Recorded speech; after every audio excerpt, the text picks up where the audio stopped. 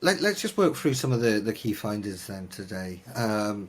The first thing that leaped out at me was the best-in-class companies in terms of those those crucial numbers around customer satisfaction and improved overall service business performance. And just talk me through that. I know we've got some graphics will align with this, but just talk us through that. Yeah, so I think that's the first or most generic conclusion that we could draw from all the data, is that if you would look at the difference of those best-in-class companies, so 50% remote resolution or more versus the rest, is that you could clearly see that the customer satisfaction scores of the best-in-class was very high. Yeah, so we were recording an average of 97% in the top box score.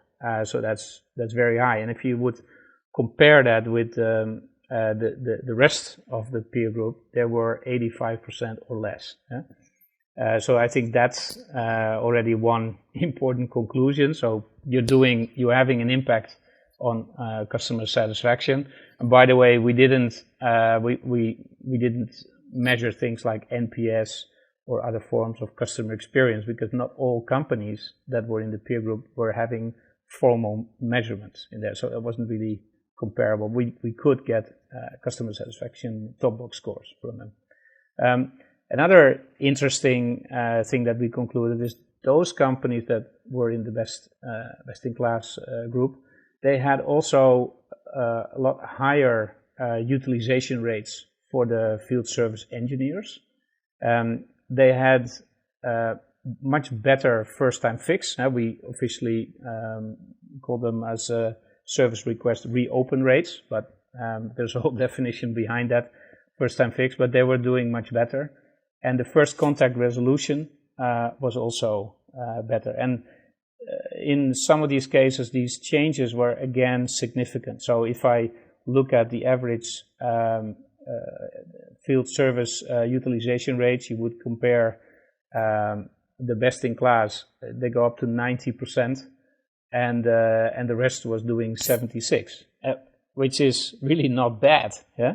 But you can see quite a difference there, and things like the reopen rate for the reverse of first time fix, you would see that they would only have an 8% reopen rate. So in other words, a 92% first time fix for the best in class, whereas the rest was 18%, 1/8.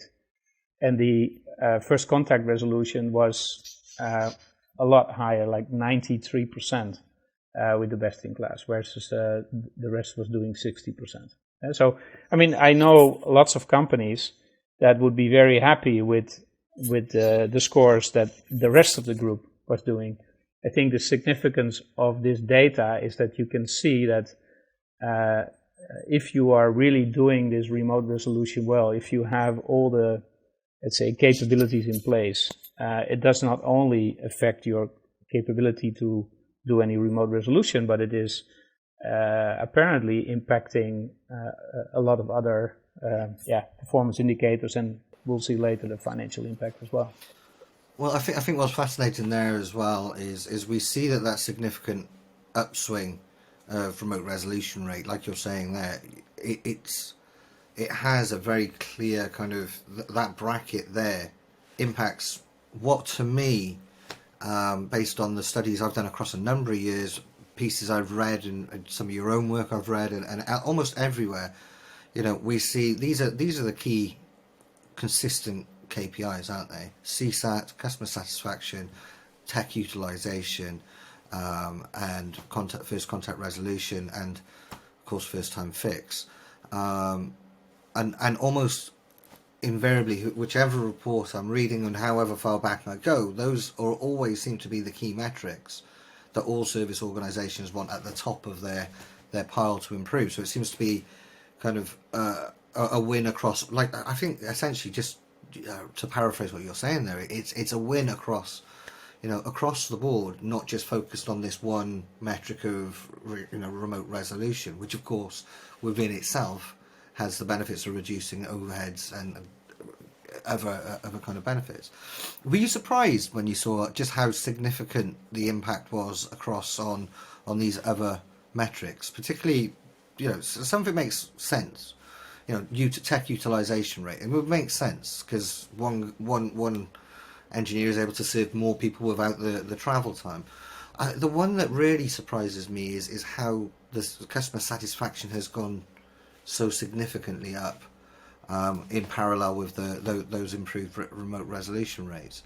And that says to me that really and truly the the thing that drives satisfaction the most is getting things resolved.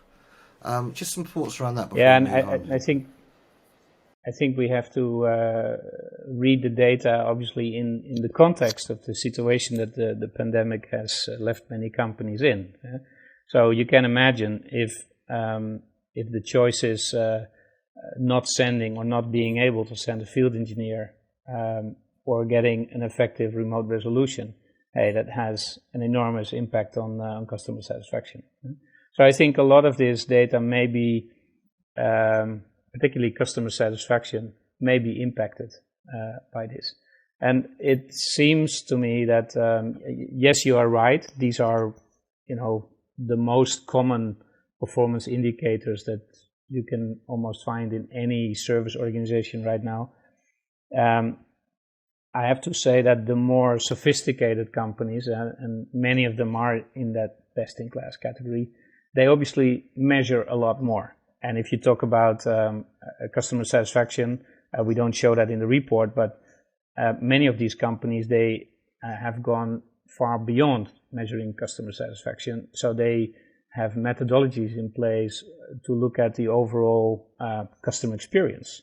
At every touch point, they use NPS scores, but they also use other methods which are not so easy to catch into a simple performance indicator.